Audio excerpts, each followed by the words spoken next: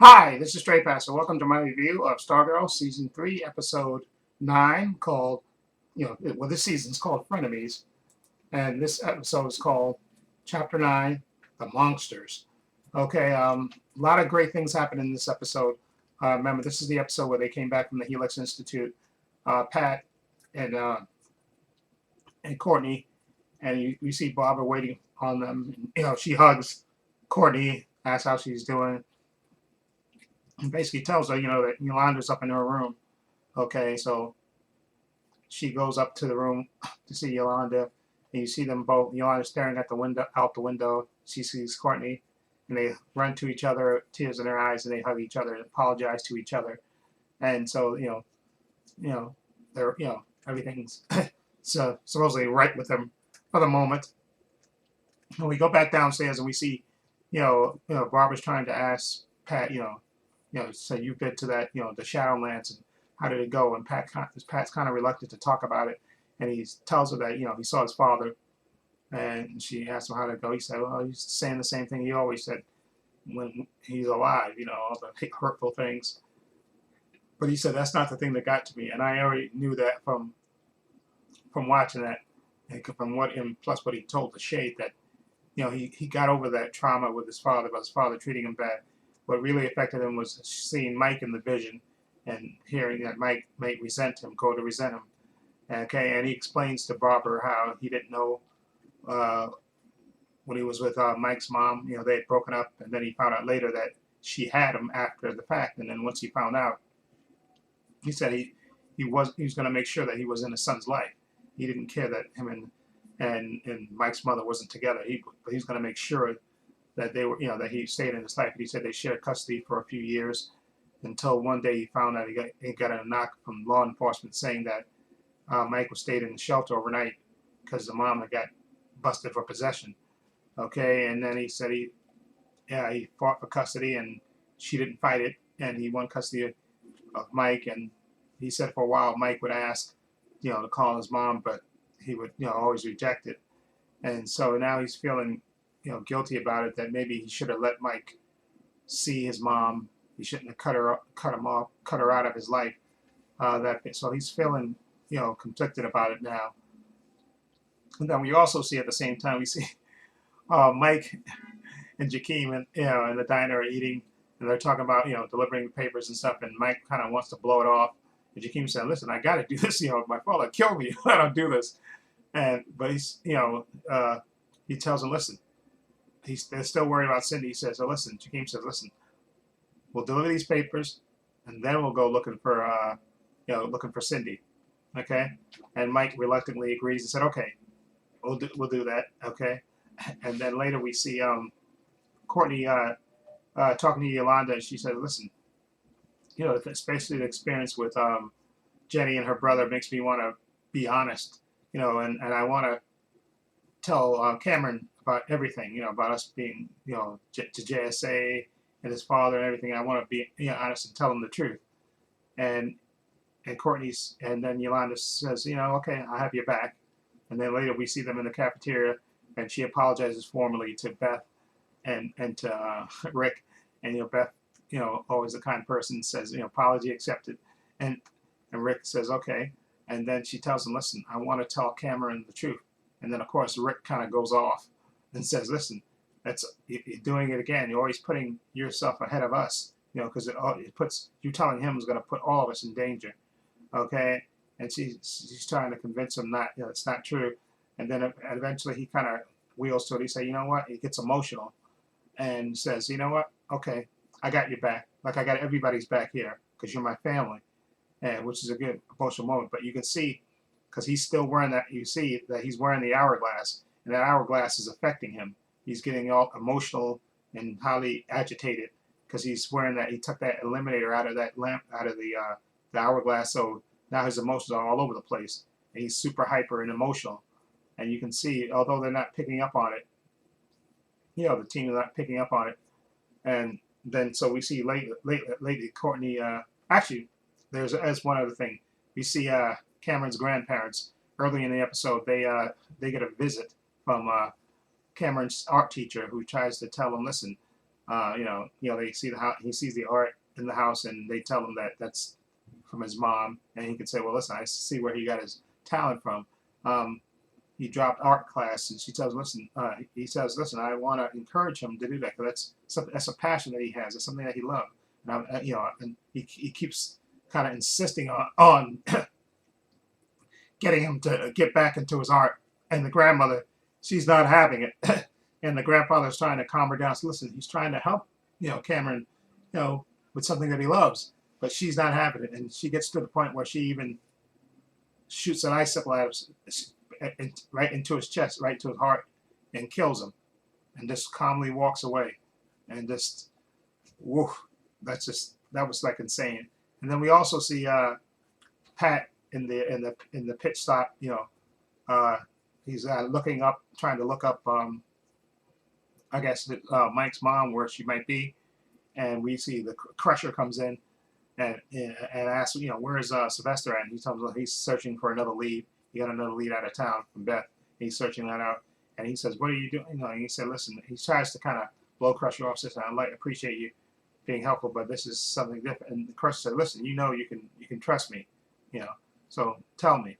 And then you kind of see that he opens up, they don't show it, but you can he actually and Crusher is genuine with his wanting to know what's bothering him. And then we also switch to a scene where you see Barbara and I got the chick's name, not Artemis. It's Crusher's wife. I forgot her name. I'll call her Mrs. Croc for now because I can't remember her name for the moment because I know Artemis is the daughter. And she's trying to teach Barbara how to box and fight defensively and stuff. She said, especially since we still have this stalker going around looking, that's looking for us. Was surveilling this town. We still don't know who he is, so it'd be good if you know how to defend yourself. And Barbara says, kind of says, I just can't do it. I'm not into that. And she says, listen, you're a good friend. And you can see it affects us, Mrs. Croc. She really is touched by it. And Barbara says, what's wrong? She said, nobody's ever called me their friend before. And, you can see that it generally touched her, that Barbara considered her, a friend.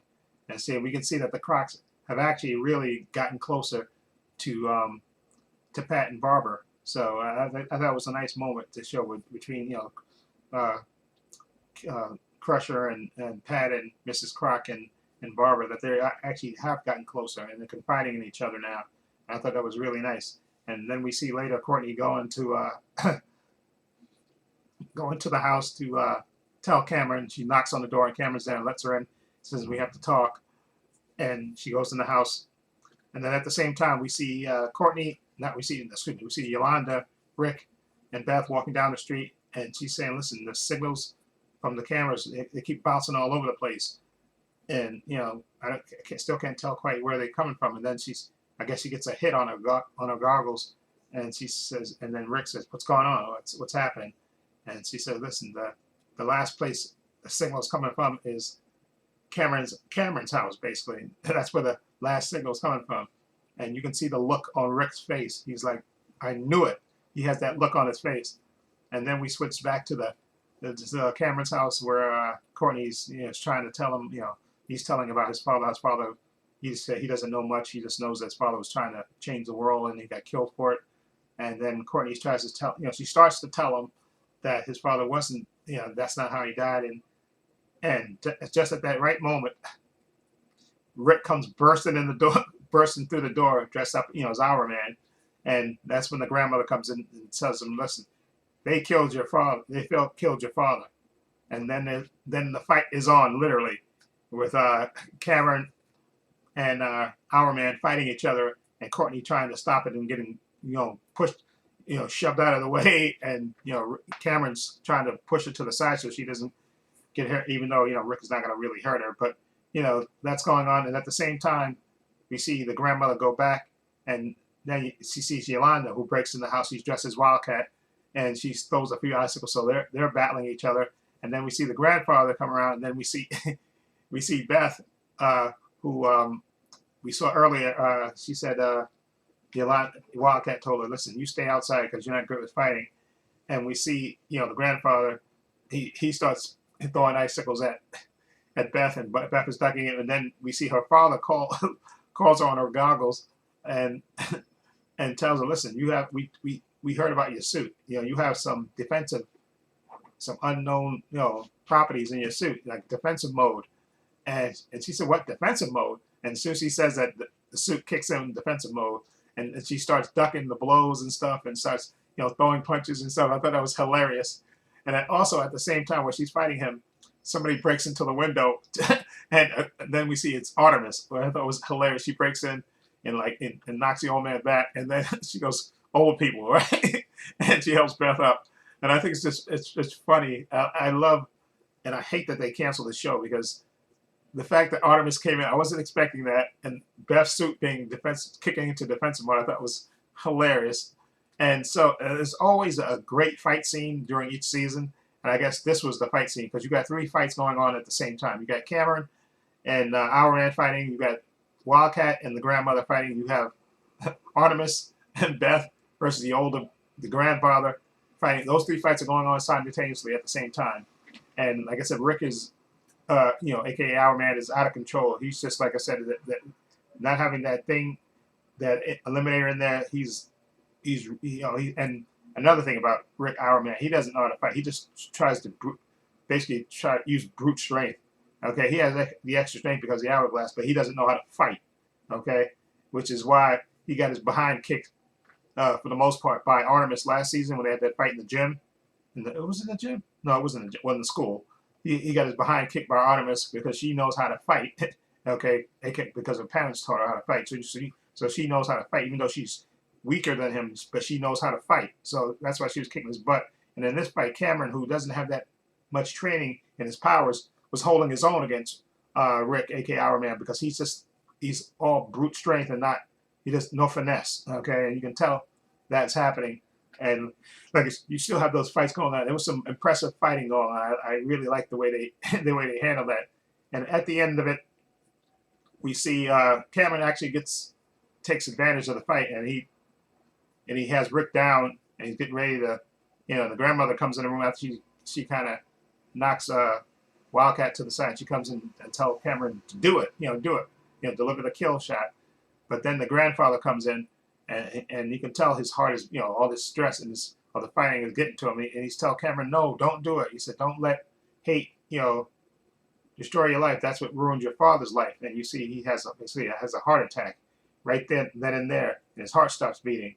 And then you see, that everybody else comes in, Artemis, a Wildcat, and Beth comes in, Dr. Midnight, and and everybody's saying, what do we do? And then Beth says, let's call my mom. And then mom says, listen, you got to jump stop his heart. Use your gloves. You have defibrillators in the gloves. So she jump stops his heart twice, and then his heart starts beating again. And that's where, he starts going. Everybody else starts fighting. They stop fighting, and then you see Rick, a battered Rick, is laying down. He tells Courtney, I'm sorry, after, like I said, because he started, instead of coming in peacefully, he came in guns a-blazing and stuff.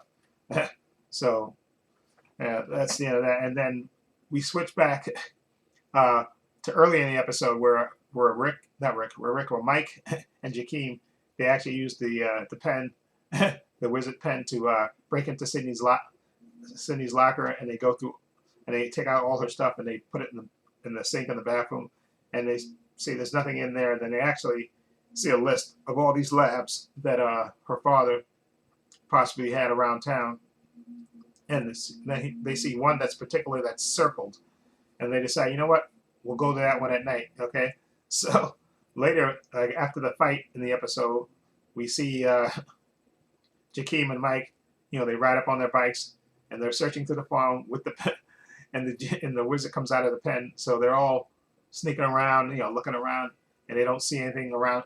And they actually look into the farm, and they don't actually see no lights on or anything. But we see what they don't see. What we see is there's lying on the ground, there's a body dead just laying on the ground. And then later we see when they're going through the barn, they're searching, and they're at the edge of the barn, and then they hear something growling. And and like Jakeem asked the wizard, he said, did you growl? He said, no, that's not what I do. That's not me. That's not what I do. I don't growl. And then they slowly turn around, all 3 of them at the same time. And then you see something walk into the barn from shadow and then walk into the light, and you see him just growl, and it's a big gorilla-like creature just growls at them, and they just start screaming. And I like how the wizard jumps back into the pen, and then Mike and Jakeem just take off running, yelling. I thought that was absolutely hilarious. And then we see, that creature growl at them and says, "I'll kill all of them. I'll kill them. I'll kill all of them." And that's how it goes off. And then that creature later, he found out, I recognized, and that was the Ultra Humanite.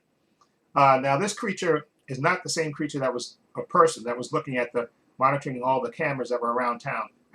At first I thought that was the lizard, not the Wizard King, the Dragon King, Cindy's father. But then I thought maybe it was Mr. Bones, and then we found out Mr. Bones is the person. But now I think it is the Dragon King, and he's probably working with the Ultra Humanite. Maybe there's a secret, because I know they said there's a secret in the comics. The Ultra Humanite is part of a secret plan of the villains, team of villains. So I think Dragon King and Ultra Humanite. I don't know who else is possibly on that team, but they're working together, obviously, because I think the Dragon King's looking at the cameras, and I think Ultra Humanite is doing the physical work, even though he's a super brain as well. And I think he's the one that actually, let's say he killed the gambler, and maybe attacked Sylvester, aka Starman. But we don't know what their ultimate plan is. But now they know Mike and Jakeem, if they get away, which I hope they do. Again, that was a funny moment with them, all three of them, and they hear something growling, and they turn around, and it's the big gorilla comes out, and they just yell, scream, and run away. That was absolutely hilarious. I love the way they portray that, and the way the wizard, who was out in wizard form, damn, what's his name? Not the wizard home. I forgot what they would call the Johnny Thunder, the Thunderbolt. Yeah, that's it. The Thunderbolt came. He came out, and he was, because it was dark and they needed light, so he came out in physical form, and they were, searching through the barn and all that stuff. And then when they turned around, and all three of them, and they saw the big gorilla yell at them, the Thunderbolt jumped back into the pen, and then they just took off. I thought that was absolutely hilarious. The visual of that is absolutely hilarious. Okay, so that was hilarious, and then that's how it goes off. So I'm assuming next week, that's when, assuming Mike and Jaheim get away, which I think they will. I hope they will. And they'll tell Courtney and them that, listen, and I think Cindy possibly been captured because she circled that thing, and then nobody knows where she is. So I'm assuming that probably when she went back there, Ultra Humanite probably knocked her out, and she's probably back with her father. Her father probably has her tied up or whatever now, and maybe he's going to try to force her to fully transform, because we know she's slowly transforming into the dragon, but maybe he's gonna give her an injection or something to make her fully change into what he's like. Okay, so we'll see. So it'll be the JSA, I guess, against either these villains that we didn't know were running around, and probably with assist from to get the Crocs. And again, I like that Artemis showed up out of nowhere. I don't know, but I figured that, like I said, she wants to be part of the JSA. Remember, they've talked about that before. Her mom, and talked about her wanting to be part of the JSA, and they kind of not had her interact with them, except outside of that one scene in school. Actually, two scenes. Scene in school where she walked by the table and slammed the table just to say what's up to them, and then later when they were out looking for the gamblers, men, and they ran into the thing, and she jumped out, came out of nowhere, and just took them out real quick. I said there haven't been that much interaction, so I was pleasantly surprised that she popped up there to help, Beth. That was kind of random but fun, and I think and that's why I hate that they canceled this show, because there's the possibilities, with Artemis on the team and all that stuff, and she could teach Beth how to fight and all this possibilities and stuff, and she's just a fun character, Artemis, and I would like to see. And I like the relationship between the Crocs and Pat and Barbara now. They really kind of grown on me, and I hate that. I pray, and I don't know what's going to happen, that because I don't know if it was I assume it's Nexstar that canceled Stargirl, the network that, the company that bought CW now, rather than Warner Brothers canceling it. Although, like I said, they're trying to save money, so they probably won't bring it back. Although, like I said, it's a quality show. If I was Robert Zazula, I would bring it back and just put it on HBO Max. It's a good quality show, and I hope the same thing happens with Superman and Lois. They don't cancel. The next time wants to cancel, I say, okay, I'm going to put it on HBO Max because those are two quality shows, and I hate the fact that they may get canceled. And also Titans and Doom Patrol, which are on their fourth season. You know, Titans to start this weekend, and Doom Patrol is going to start in December. I hope they don't get canceled, but I think it's a very real possibility because Warner Brothers is trying to save money. I think they have like $3 billion into debt, but I think those are quality shows, and you should leave them on HBO Max. Okay, if HBO, like I said, next star, they want to skew older and stuff. They don't want the CW shows on there. Sure, good. That's their business. But if I was Robert Zasloff, especially you want to expand the brand, I would put them on HBO Max, those shows, because they're quality, great writing, good acting, all that stuff. I would put them on. I know they already shot the ending for Stargirl and stuff, and I would hope they would bring it back, but probably not, which is really a bummer because I really enjoyed Stargirl. Stargirl is one of just the best shows, and so is Superman and Lois, and I hate the fact that it's a possibility that it's going to get canceled along with Titans and Doom Patrol. Okay, four good quality shows, and I think, you know, they're going to get canceled, unfortunately. But anyway, let me know what you think of this episode 9, called The Monsters. Let me know what you think of it. Feel free to leave comments down below. Links to my social media in the description box, Facebook, Twitter, Instagram. Also have a link to my other channel, Love Using the Pins. We check that out as well. Also have a link down below to my Patreon. I want to say a special thank you to my patron. Okay, and again, my Patreon's only $5 a month. Tons of content on there, tons of unedited content on there. I got a bunch of Marvel shows on there, a bunch of DC shows on there. As far as Marvel shows, I got WandaVision, Loki, Hawkeye, Moon Knight, What If, She-Hulk. I got Obi-Wan Kenobi, The Book of Boba Fett. I have The Boys Season 3 on there. For DC shows, I got Titans, Doom Patrol, Superman and Lois, The Flash Season 8, Stargirl, all 4 parts of Zack Snyder's Justice League. Again, follow link below to the page to check it out. Only $5 a month. Also, please give this video a thumbs up. It helps the channel, and I truly appreciate it. Also, hit the subscribe button, hit the notification bell, so you know when I upload new content to this channel. And this is Trade Pastor saying so long, and take care.